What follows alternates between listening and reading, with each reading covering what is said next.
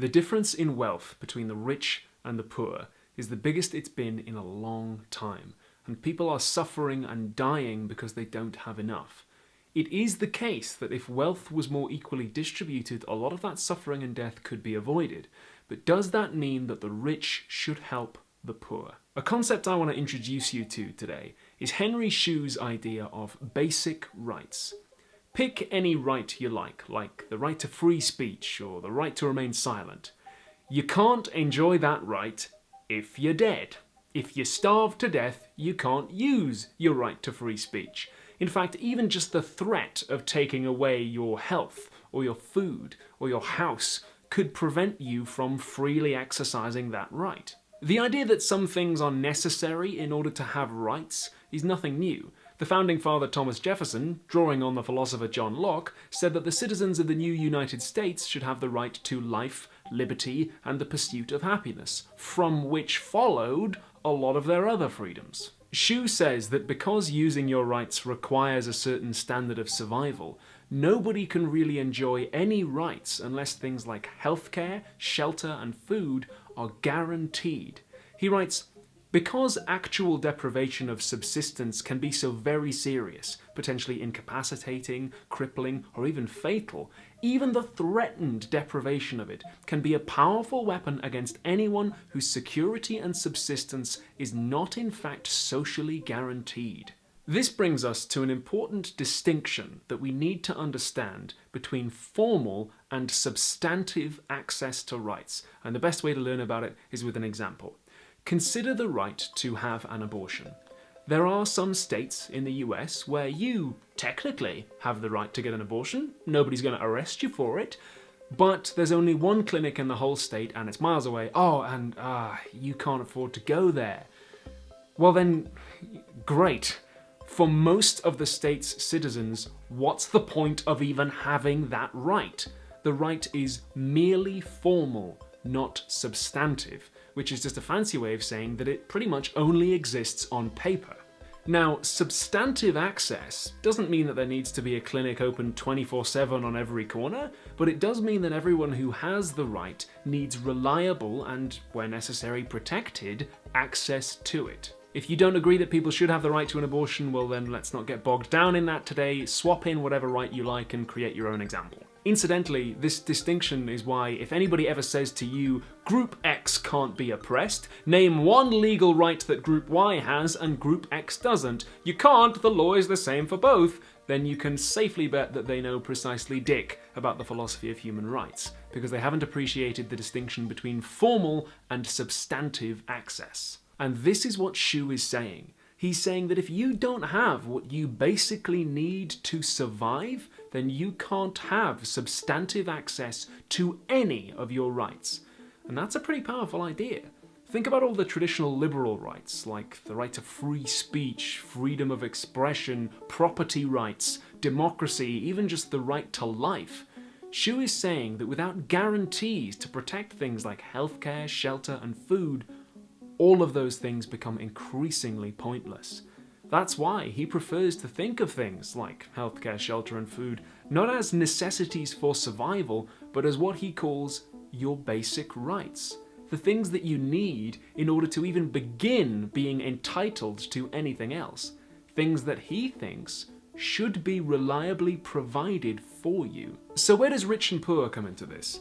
Well, one of the big factors that determines whether you have substantive access to your rights is wealth. Imagine you live in one of those states where you can't afford to get an abortion. Well, someone who can afford to get one essentially has more rights than you do.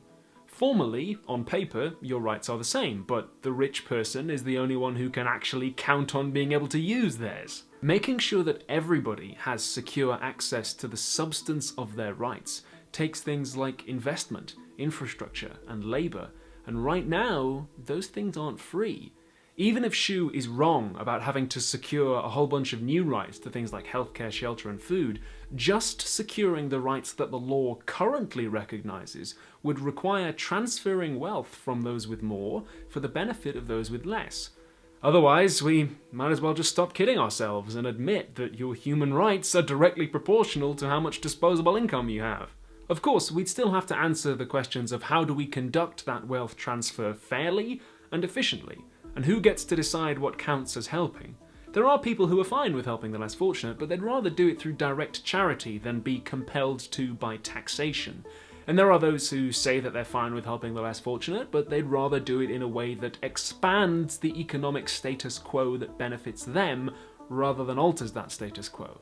Like those who say that the solution to third world poverty is trade, not aid. Conveniently the kind of trade that they stand to profit from. And those are all debates that we could have. But here's the twist. All this talk about whether the rich should help the poor or not has been assuming that right now they're doing neither. Neither helping nor hurting, could go either way.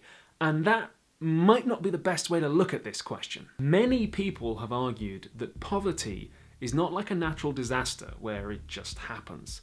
It's foreseeably inflicted. Global economic systems foreseeably disadvantage huge swathes of people, and we maintain those systems because they are profitable for other people.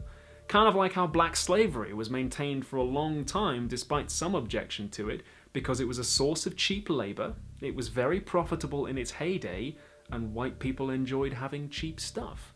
Nowadays, we know that a lot of our clothing in the West is made by people, and sometimes even children, who maybe don't have much choice in the matter, and maybe don't work in very good conditions, but we don't do as much to end that as we could, because it means we get cheap clothes. We know that carbon-based energy will kill millions of people and create millions of refugees through climate change, but we don't do as much to stop that as we theoretically could, because carbon-based energy is also a profitable business. Asking whether the rich should help the poor might be a very bourgeois philosophy way of looking at this. What do I mean by bourgeois philosophy? Well, the blog Bourgeois Philosophy, which comes recommended, says it's philosophy in the service of economic imperialism, its superstructures, and the people who rally for and benefit from it. It is a particular way of doing philosophy that is first world chauvinist, idealist, individualist, and uncritical of bourgeois liberalism. It's philosophy that doesn't set anyone free or liberate anybody. Rather, it just continues the patterns of exploitation and oppression. It has been argued by some philosophers that this isn't a question of charity so much as a question of justice, and that's a very different way of looking at things. When we do philosophy about things like reparations for slavery, or returning land and historical treasures that were stolen through colonialism, the question isn't, should we give back our stuff? The question is, do we even have the right to say what happens to this stuff in the first place? The philosopher Elizabeth Ashford put it like this: the central normative implication of conceiving the duties as duties of justice rather than as duties of beneficence is that it is not appropriate to frame the duties in terms of how much of our resources we should give.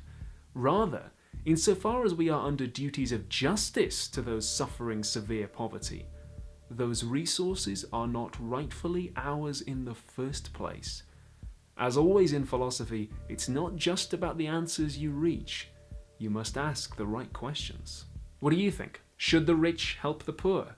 And isn't that quite a bourgeois philosophy way of even framing the question? Speaking of people with disposable income being useful though, I started philosophy so that anybody in the world could learn without accruing a single penny of debt. And if you'd like to help me out with that project, patreon.com/philosophytube is the place you can do it. The money I get from Patreon gets spent on things like recording equipment and research materials, and also just what I need to basically survive, like food and shelter. So if you do want to chuck a couple of bucks my way, I would really appreciate it. And as always, don't forget to subscribe.